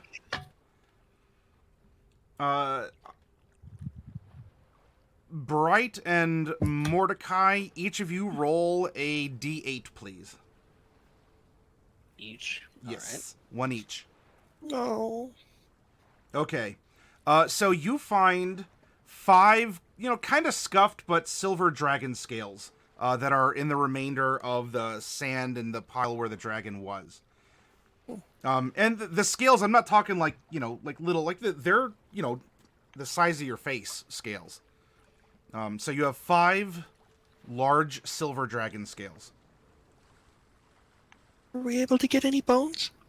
It does not appear that any bones have been left, and the scales and other things have either been scavenged by natural predators or by other opportunists that have come by here in the time that you've been gone.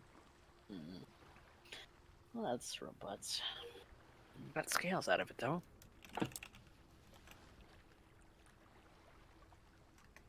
These might be useful. I'm sure we'll find a use for these. Alright, well. Head back to the others. Yeah, I guess so. What were you wanting dragon bones for? I just wanted to be able to repatriate as much of Mr. Halver as possible. We might even be able to find, his mate. I don't know if we could find the spot, but we could try. I guess I mean, we didn't find them, so I don't know. that's rough. Well, looks like it's been scavenged, so Okay, well, let's get going. yeah. Okay. Time passes with your mixture of methods to travel. You are able to make it's not an hour travel from one to the other, but in our narrative time, it is, you're not waylaid along the way. Though for you magical types, as you approach Greenshield, every so often, maybe if the wind is blowing in that direction, you get that kind of static feeling, just a little chaotic tingle. It doesn't feel like you are in the middle of the flower field to the north, but there's a very familiar little blip that your magical instincts are catching. So wait, is this one Greenshield, or is this one Greenshield? This is Greenshield. Okay, so we're actually pretty close. This is Lakeside. Okay. Okay, so it's not like we're super duper affected by it, but that tingles on the wind. Yeah, I mean, I don't know. It's wild magic. If you cast at the wrong time and the wrong wild magic particle hits you, then sure. I mean, you might nuke everyone that is in the traveling party. That's the nature of wild magic, but it's not exhibiting the consistent behavior of as oxymoronic as it is, of predictable wild magic. This would just be, I don't know, you feel like you go out on a very dry day and you get like some little static snaps. You're like, it's inconvenient. I felt it. My life isn't ruined. Okay. If you're rubbing Bright's hair though, like you're gonna see like sparks and stuff, just like, and it's gonna snap and make all sorts of. It's like you're making popcorn, but no hair does that anyway. Well, yeah, that's yeah. So yes, as you approach, this is what you're discovering in Greenshield itself. Hey, Greenshield still exists. There are still people. There are still people cooking food and doing daily life, especially when it comes to logging and forestry, hunting, trapping, leatherworking, animal husbandry, and all this. The They're town, my type of people. the town still exists. And there are... I'm sorry, what was that, Casimir? These are my type of people. And... Hunters. Yeah. You've... Greenshield is a comfortable place for you. It's not the desert, but... a whole lot of that crummy shade and water everywhere, but whatever. There is a feature, though, that at least 3 of you are going to are just automatically going to pick up on. The professor probably not, and Casimir, I don't believe so. There is, as you're looking around and at the foremost of Stillwaters observations, we're back in your old stomping grounds. This is where you grew up. You said I could show you the favorite windowsills that Jade used to steal pies from. There was a great concern that, originally that this place was being invaded by the Fae, and that people had gone missing, and you probably found them, encased in crystals elsewhere. There was all these happenings, and so starting with you, Stillwaters, and then Mordecai and Bright, you could either catch on through observation or just through talking. There are flowers growing here, not in abundance, but there are flowers growing here that have not grown here before. Stillwaters, for sure, these are not native flowers, but you're finding some interesting blooms this summer that are sprinkled throughout Greenshield. For Mordecai and for Bright, a couple of these species look like that they're native to the northern flower field itself, and these are flowers that weren't supposed to grow outside of whatever was keeping them in that area. I'm probably going to want to cast a detect magic. It'll probably be didn't update my spells, so we'll just call it a ritual. But we're in narrative time. Yeah, so it doesn't matter though, because I would still want to cast a detect magic, whether that's with a slot or a ritual. I don't know. Just to kind of investigate and see how much the flowers grow, and also looking for those divination mushrooms that we used to see. The divination mushrooms are not present. Okay. Well, I didn't really expect them here, but that's good news. I mean, I think They were here, but they're not anymore. yeah, well, when Orlan's was destroyed, I think it probably did a number on a lot of the infiltration that the Fae were doing. And I kind of want to... Do you also think that has a lot to do with the flower field spreading? No, it might. I mean, we don't... we know that the flowers cause wild magic. We know that the Fallfire crater causes wild magic, and I suspect that... There's a lot of bleed over from the crater, actually. So I'm suspecting that... that it's the same force causing the flowers to grow. So they must be spreading. So whatever's spreading the flowers, and must also be spreading the wild magic, and it's also spreading the influence of Shonaruth. But whether that's just being done physically, like some stream carrying the... But that doesn't make sense because the stream flows the other way. So it would... But, people could be carrying it or pollinating bees or, whatever. It could be a physical effect, but it could also be, like, spreading his dominion and where his, followers are. Is there any immediate threat? No, it's not dangerous. Not right now. But if you get enough flowers in one place, it can be equal parts super fun and super annoying. There was a shipment of mushrooms that came in from Greenshield that were more than hostile, shall we say, that I ended up finding in Mask of Horns. Never thought I'd be here to end up investigating it further. That was months ago. Real time. Yeah. So, well, I mean, world time. World real time, not real time. Yeah. No, nevertheless, it's... Oh, well, probably those mushrooms have gone bad. But eating them was bad news. So they wouldn't have been... people wouldn't have eaten them, would they? No, it was quite the opposite. They would eat you. Primarily your brain first, and then start dancing you around like some form of marionette. That was also similar to what we ran into going through the brambles, going towards that Fae cave. Yeah. Suffice it to say, at this current point,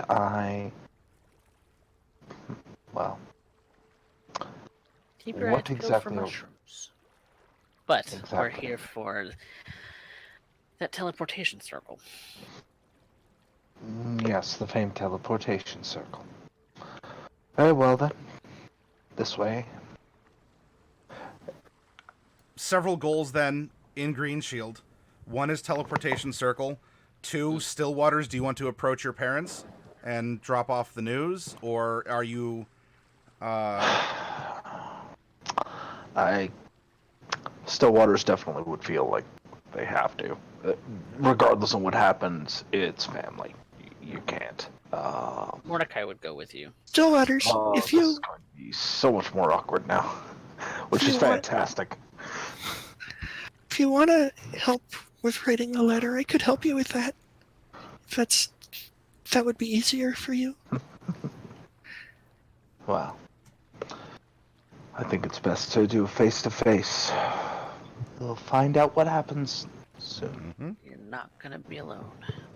If you don't want us in the room, that's fine. But you're not. Somebody's going to need to vouch for all of this because at the very least it's not like I could provide evidence. I can only have eyewitness accounts. I can, if you would like, I would be more than happy to offer an explanation that your parents would be happy with. Professor, as much as I would appreciate it, I am not interested in expressing lies in the situation. No, I would simply explain it as an arcade mishap. Not a lie, is it? But it's not. Which would not be correct. It's a resurrection mishap. It's an arcade mishap. It involved magic. Happened. We don't know what happened, so unless you suddenly have the entire mystery solved, which I am all for you expressing, well, I think it's best we end up moving on. You mentioned resurrection magic. Yes, I have to express to my parents that I was killed. Has that not dawned upon you, Professor? Well, I was not told it was a resurrection magic mishap. That is new information. Maybe you should have opened with that. He looks to Mordecai. It wasn't important in the moment. It's exceptionally important. It's not important at all. Yes! Yes, it's exceptionally important. I was thinking it was some kind of transmutation mishap. But no, now you're dealing with... No, now you're dealing with matters of the soul! How dare you, sir? It is exceptionally different! You should have opened with this! Why did you not tell me? Professor, it doesn't concern you. It's like... Does not concern you. This like, is a matter for Stillwaters. Are any of you proficient in nature? I think I am. Not, Nope. but I think Casimir is. Yes. Yeah, Casimir is... Alright, Kaz. You got the party covered in this regard. And then I know at least one of you is proficient in investigation. I am. So Wow. It's Stillwaters, and I am as well. Well, very good, because these are little things that can go on to help out. So that is going to unlock that. Then what? Stillwaters. The party can come with you if you want the whole party. One person can come with you. You want a witness, but for the sake of what we're going to do, who do you want to back you? Like, what is one party member here that you would want to be your witness? Or Well, I think that it's a rather quick understanding. I could take on the murderous sprite. I could end up taking on the out of the situation here professor. I can take on the poonhound that is Casimir, in which case I'd rather not be there in the same room as he is trying to make a pass at my own mother or father. Oh. So it narrows down the choices quite quickly.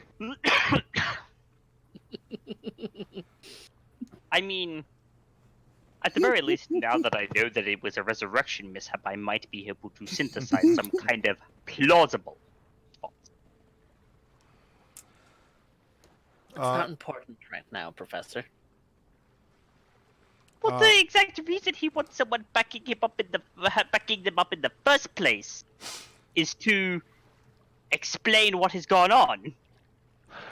Professor, as much as I would appreciate it, we are dealing with humble folks who have been involved in the garrison previously, along with individuals who have a history in this town. Not somebody with a degree or somebody who may understand magic is not exactly something that is openly talked about in my family. So, with that being said, I'm pretty sure I'd rather not end up adding any further awkwardness. all right, so you're taking Deputy Silverleaf? Mr. Silverleaf, no longer deputized, and I have not arrested Mr. Silverleaf on the charges which I could quite easily drop. All right. Bigger fish to fry, so to speak.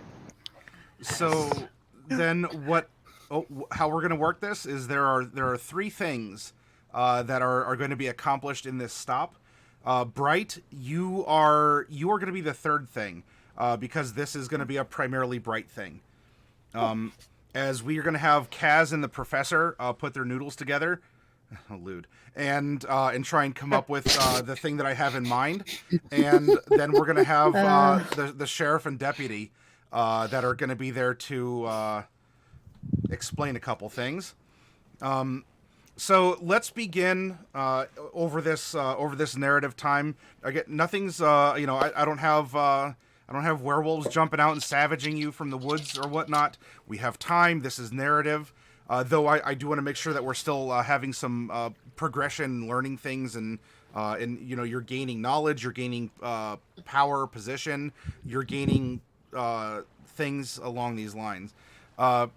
So for Casimir and the Professor, Casimir, even if he wasn't invited, he's keeping an eye on Mordecai. So he would be going with Stillwaters. This is narrative time. So for the sake of mixing up your skills and calling on you all to do this isn't like minute by minute narration or anything. So it could be that you went with Mordecai and Stillwater to do the thing, and then you came and helped the Professor out with the thing, and in other words, the ordering isn't particularly important at the moment. Correct. I'm interested in tasks, but the order of the tasks is not going to be one after the other. We can still collude. We're in a broader narrative time. So Casimir, will you please roll a nature at advantage, and just for you all to know, Stillwaters actually has 2 +1s floating, and the Professor does have a +1. I mean, that +1 was from me, but I didn't disallow it. All right, so and with a 22, all this talk, Casimir, about about mushrooms and things and flowers. You're a very natural person. You're starting to theorize and come out with some ideas, and in the time spent in Greenshield, the Professor might just be able to think about the what species are these are interesting. Maybe you hadn't seen these flowers since the one time you did go through the north. Professor, I would like you to roll an investigation at advantage. I can do. I'll add the +1 to it. Why not? Okay. Ooh, nice. It's a 26. 26. Very well. The two of you are giving a natural theory where it's prompted by Casimir stating that if you've ever cut down a tree, not that Casimir knows about woods and axes and stuff like that. If you cut down a tree and you leave the stump behind, or even if you take a good part of the stump out, if you don't remove the roots of the tree, then you'll notice where the tree was over the course of seasons, that mushrooms will grow on the rotting wood, the damp underground rotting wood of the roots of the tree. However, Casimir understood you're talking about mushrooms, though there are no... I mean, if Casimir will find mushrooms growing here. It's just natural, right? There's things that you would find that are normal in this environment. There doesn't seem to be anything particularly unusual. Though, Professor, you're putting things together where it was observed that that flowers are growing in places where I guess these weird mushrooms were, and just to have it explained to you about so what could be something that could be the equivalent of a root? What could be causing flowers to spread along these tendrils? because even you had noticed that this is the case. I mean, everyone, in fact, they're happy. Oh, it's beautiful flowers. Yeah, it causes the magic users a little bit of trouble, but whatever. They can use magic. They can get over it. But for the common folk, it's perfectly fine. It's actually a gorgeous. It's been a gorgeous summer. And in putting it together here, and so Professor, some of this is going to be new information to you as a character, though of course to you as a player this won't be. Though Casimir, you, through speaking with the others since you've come aboard, have learned that the Fae, and of course this is also in your realm of specialization, the Fae had a system of communication with each other. And that communication was streams of water that just sort of like wound throughout the lands and all seemed to flow out and flow in together.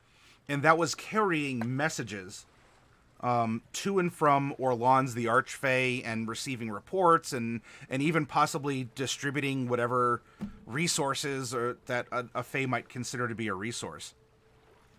And so a theory between you and the Professor would be that it could be the case that these Fey streams have been a guide of some kind for the flowers to grow. It's a source of mystical magic. You know, the flowers are related to magic in so much that they cause wild magic. And if they've been growing outside, you know, anything that is growing outside its natural habitat requires resources to do so, requires the particular environment to do so.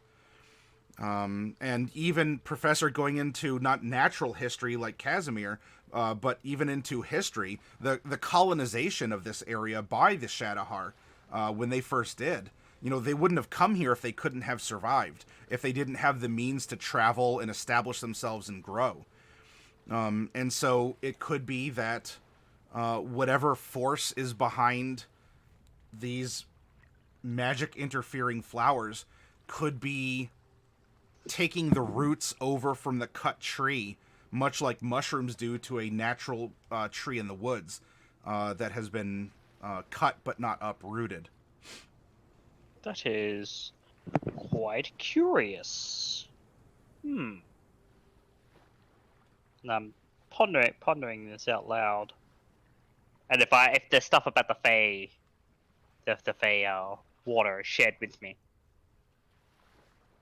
he'd be like, "Ah, I see. I see what is going on here." As well, I will offer you a prompt, Darkwolf as Casimir. There is something that, if you recall, I'll provide you a prompt for it, but you were standing side by side in the final moments inside that Fey cave in the pitched battle with Orlans.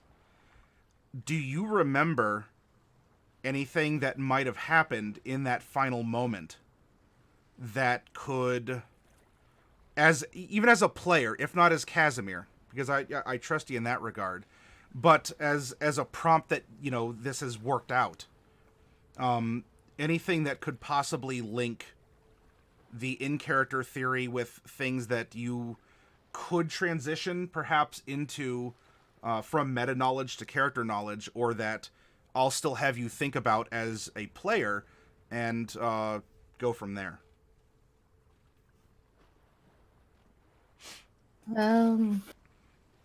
I can't think of anything off the top of my head. Okay.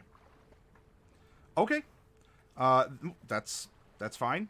And so this is some theorization, some lore, some reckoning of the world as you are discovering things that have happened in the time. Well, not for you, Professor. You haven't been missing, but in the time that the others have been missing.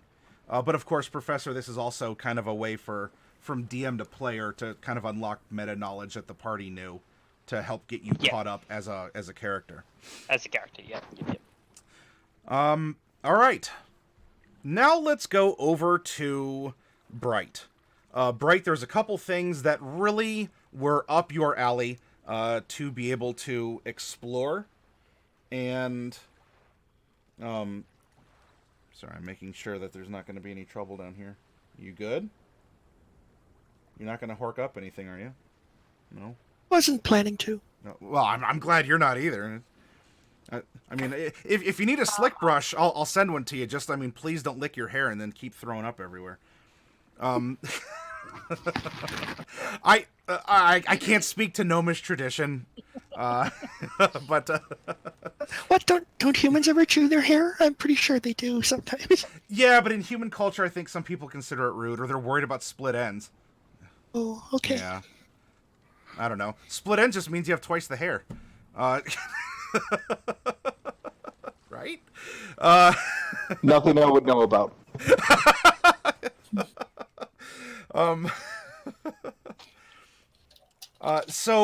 Bright, you, there is a restaurant, of, extra little uct, the neighborhood here, the traditional cuisine, and, there, the good and the bad, there are not going to be any rolls for this. So, you're just getting a straight info dump. Okay. The bad part is, Extra Little Uct is more or less a district in name only, as the population of gnomes and even those of some elven families that had come down from Aslandia, either as merchants, they have gone missing, and it was presumed that somewhere in the disruption with the mushrooms, because a lot of people are going missing. There's a lot of suspicion that there was some sort of perhaps racial motivation to the disappearances, but there was no groups that were taking claim, or no zealot of some variety that was either extolling the virtues of getting rid of the elves and gnomes, though they had started to disappear under very mysterious circumstances. And there are others who just moved away because they didn't want to disappear, and a couple of them even stated that they're just going to return to Uct, and hopefully they'll be back one day. So the presence of these two races is now, well, congratulations. Besides maybe another gnome or elf passing through, you might be the only one. Things were rough for these people in particular, and it's left from what you've gathered over this time, people are upset by it. No one likes this. In fact, that was a very good restaurant. Combined with this, there have been monsters that have been seen out in the forests. Ones that no one has seen before, that are just these kind of slurping around lumps of... Even saying muscle would imply that you can understand what it is. It's muscly looking stuff. These creatures are horrible abominations. They just mouths that gape open, eyes that kind of slowly blink and wink. Every once in a while, maybe a little hand kind of reaches up and then kind of is pulled back down, almost like someone is drowning slowly underneath, meaty tar. And I know, given your diet proclivities, Bright, this is probably making you throw up a little in your mouth, and that's fine because that's what you should be doing at the descriptions that you're given. Though, as for something in particular like a flesh tree has not been described, but these sort of creatures have been, that are bearing a kind of resemblance, but they don't seem to be just a particular man, off of a tree. And if you do recall that the tree that was fleshy was an Uctin tree that had apparently sprouted in this region when you first came across it. So strange monsters, not necessarily strange plants, and the elves and gnomes have been diminished. Okay. So was that just what people have told me, in the city, just passerby then? Yeah, this is, people can talk to you about this. You can get several opinions that are, they're overlapping enough that you are getting a good solid core of truth from the Venn diagram of other things. People have suspicions. Oh, I bet it was whatever, old man McGillicuddy. He never trusted the gnomes as far as he could throw them, but he was kind of weak, so therefore he couldn't really trust them. So, there are suspicions about people, or there's rumors that the monsters were eating them for some reason, like almost like fairy tale. But everyone's like, but monsters only eat bad kids, and gnomes look like kids, but they're not kids. And then I don't even know about the elves. I mean, sometimes they're kids. Well, Okay. but this is in your instinct, in your logic. This is a core truth of Greenshield, that a disaster has befallen the elves and gnomes that have lived here. What happened to the real estate? The real estate is, well, some of it It's is just like, some of it is for sale. Some of it is probably still owned by families that moved away. And there's probably a couple properties that Greenshield is simply, I guess, taken control of as a municipality to, I don't know, to serve out the judiciary functions of processing abandoned properties. I mean, the optimism is they're abandoned, and not that this is, a probate issue. yeah. Okay. But some are just Okay. straight up for sale, including the restaurant. Okay. I am going to sneak into the restaurant and take a peek around. Okay, that will, with your skills, I don't need a roll for this. You can sneak in. I mean, no one's really even, like, it's not under super lock and key. That'll be do a done. little- I'll do it with a misty step. Oh, Maybe yeah. Peggy Sue can maybe get a sight line for me, and then just poof. Yeah. Lock and key. Y'all are way beyond that.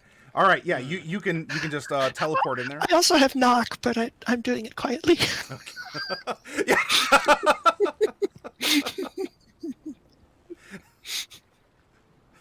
Oh gosh, yeah. This little gnome rolls up on a door and just touches the lock, and sounds like an FBI like battering ram coming in through that with like a flashbang kind of.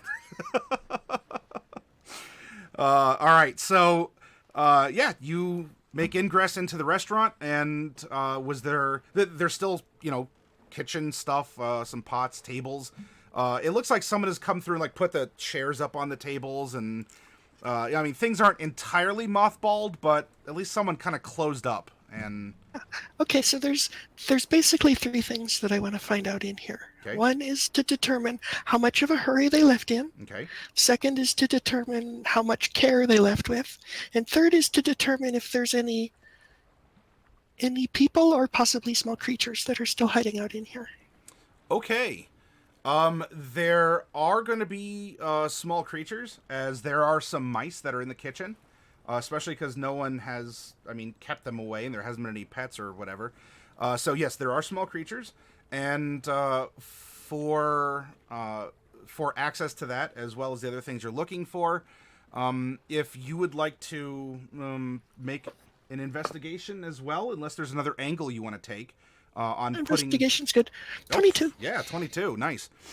All right. So speaking with the little critters here, as much as you can communicate as a forest gnome, and as much as they know or remember, they're helping you to piece things together, and it does. The place wasn't just abandoned, and with the door conveniently like having someone push the lock button on the way out, kind of a thing. Someone had come in and shut down, though. It does appear that there is a large amount of pans and pots, and also some scattered crates that are in a storage area, would be like a pantry. Let's see, what else would come about because of this? Scattered crates, some pots and pans. Where you're seeing the pots and pans, even, they're not necessarily like out on the floor, but they've been picked up and just stacked somewhere by someone who didn't really know, the proper hooks to hang everything, but you are finding a jumble of utensils and whatnot that is just sort of sitting on a counter off the floor. Oh, and hey, we're being raided. Thank you, Fiora the Tank Girl. And there are some crates that are overturned and doesn't look like they've been righted. And the story that the mouse is telling you is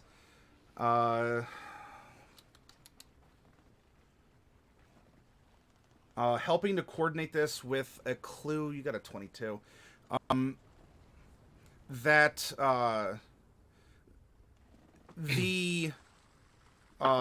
the eaters were scared of the food, and it really baffles the mouse because it can't fathom being afraid of rice. Scared of the food. Okay. That's pretty interesting. I think that's a pretty good clue. Thank you, little mouse. Squeak. Okay, so I'm gonna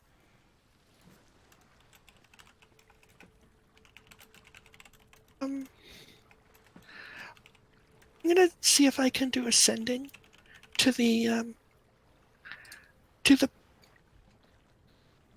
people there was that little child gnome that I helped out at this restaurant.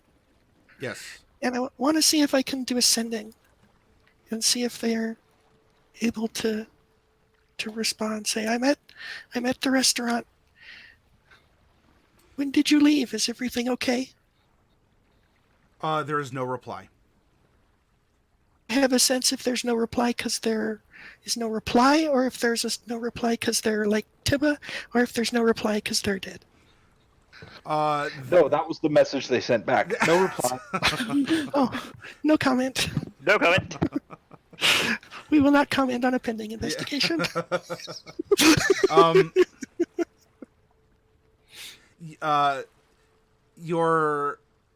The feeling is the spell is not finding a target.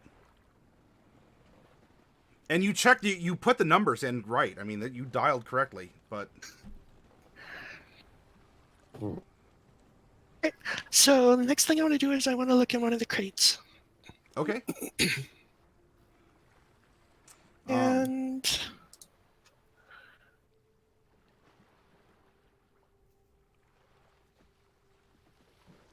I just want to see how it, can I see in them? Can I open them easily? Fairly easily. However, the crates themselves seem to have been picked clean. And the mouse you were talking to seems to take some pride in that. Okay. All right. So when you said they were... I thought they were sealed. Okay. Okay. So... Well, no, they're not like sealed like huge shipping crates. That they would be like produce crates. I mean, if they have a lid, there's nothing though that's keeping them airtight or anything along those lines. Oh, okay, okay. So they're just the food crates then. Yeah. And the mice ate the food. Okay. Well, that's disappointing. Oh,